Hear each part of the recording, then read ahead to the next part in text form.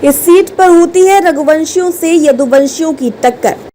बिहार की सीट पर पार्टी नहीं बल्कि जीतती है जाति। लालू यादव और राजीव प्रताप रूडी चार बार रहे काबिज। यदुवंशी बनाम रघुवंशी वाली सीट के बारे में जानिए।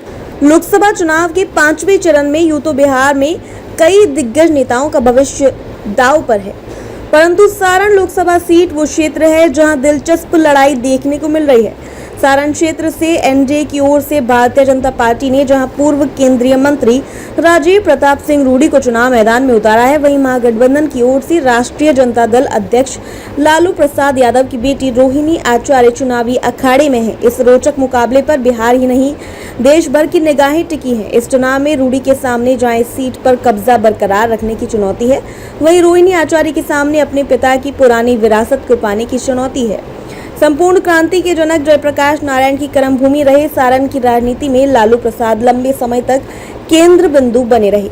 इस क्षेत्र का संसद में 4 बार प्रतिनिधित्व करने वाले लालू परिवार के लिए ये परंपरागत सीट मानी जाती रही है। हालांकि भाजपा के राजीव प्रताप रूडी भी यहां से 4 बार सांसद चुने गए हैं। सारण की विशेषता रही है कि यहाँ पार्टियां भले ही अपने उम्मीदवार को चुनाव मैदान में उतारती हैं, लेकिन मुख्य मुकाबला यदुवंशी और रघुवंशी के बीच का ही होता है। दलों के हिसाब से देखें तो उपजाऊ और समतल इलाके के रूप में मशहूर सारण संसदीय क्षेत्र के चुनावी संग्राम में महागठबंधन की ओर से राजद और भाजपा के बीच आमने सामने की लड़ाई है। सारण संसदीय क्षेत्र में मढ़ौरा, छपरा, गरखा, अमनौर, परसा तथा सोनपुर विधानसभा क्षेत्र आते हैं। इसमें से 4 विधानसभा क्षेत्र राजद के जबकि 2 पर भाजपा का कब्जा है। पिछले लोकसभा चुनाव में सारण की सीट से भाजपा के रूडी ने राजद के चंद्रिका राय को परास्त किया था। उस चुनाव में रूडी को जहां 53% से ज्यादा मत मिले थे, वहीं चंद्रिका राय को 38% मतों से ही संतोष करना पड़ा था।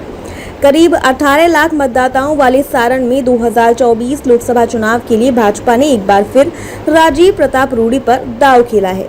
वहीं महागठबंधन की और राजद ने लालू प्रसाद की पुत्री रोहिणी आचार्य को मैदान में उतारा है। छपरा संसदीय क्षेत्र का नाम बदलकर भले ही सारण कर दिया गया हो, परंतु छपरा का मिजाज अब तक नहीं बदला है। प्रारंभ से ही क्षेत्र में जीत हार का निहितार्थ जातीय दायरे के इर्द गिर्द घूमता है। माना जाता है कि यहाँ पार्टियां नहीं बल्कि जातियां जीती रही हैं। हालांकि पिछले 2 चुनाव से नरेंद्र मोदी के नाम का भी असर रहा है। इस सीट से लालू प्रसाद और रूडी 4 बार चुनाव जीतकर संसद पहुंच चुके हैं। वैसे रूडी ने वर्ष 1996 में न केवल जीत दर्ज कर यहाँ भाजपा का खाता खुलवाया था, बल्कि 1999, 2024 और 2019 में भी रूडी ने यहाँ कमल खिलाया था।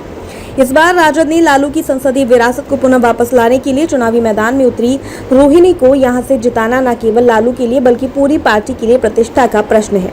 दोनों गठबंधन के नेताओं ने सीट को जीतने के लिए पूरी ताकत झोंक दी है। प्रधानमंत्री नरेंद्र मोदी यहां खुद चुनावी रैली को संबोधित कर चुके हैं। राजद के अध्यक्ष लालू प्रसाद अपनी बेटी के नामांकन के दौरान यहां उपस्थित थे। इसके अलावा लालू यहां कई दिनों तक कैंप कर राजद नेताओं से मिलते रहे। राजद नेता तेजस्वी यादव भी कई चुनावी सभाओं को संबोधित कर चुके हैं। रोहिणी आचार्य की पहचान अब तक राजनीति में नहीं रही है। उनकी चर्चा अपने पिता लालू प्रसाद को किडनी दान दिए जाने के बाद शुरू हुई और इस चुनाव में वे चुनावी मैदान में है। रूडी न केवल सांसद हैं बल्कि पेशे से कमर्शियल पायलट भी हैं। चुनाव प्रचार में आए भाजपा के वरिष्ठ नेता राजनाथ ने अपने संबोधन में कहा कि रूडी को चुनकर न आप केवल एक सांसद चुनेंगे बल्कि एक विशेष व्यक्तित्व को चुनेंगे। चुनाव प्रचार के मुद्दों पर गौर करें तो रूडी इस चुनाव में विकास के साथ प्रधानमंत्री नरेंद्र मोदी की सरकार की योजनाओं को लेकर लोगों के बीच जा रहे हैं। वहीं राजद अपने वोट बैंक के जरिए चुनावी नैया पार करने में जुटी है। बहरहाल सारण सीट की पहचान रूडी और लालू प्रसाद के कारण राष्ट्रीय फलक पर रही है।